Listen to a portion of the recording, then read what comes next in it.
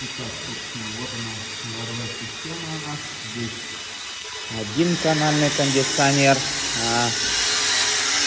Здесь вот он, второй канальный кондиционер.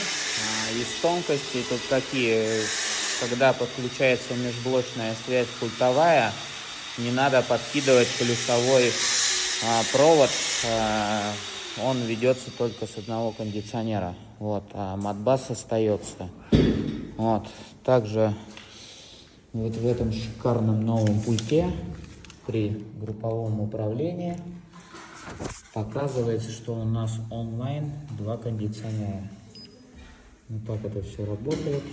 Также в этом пульте есть масса настроек.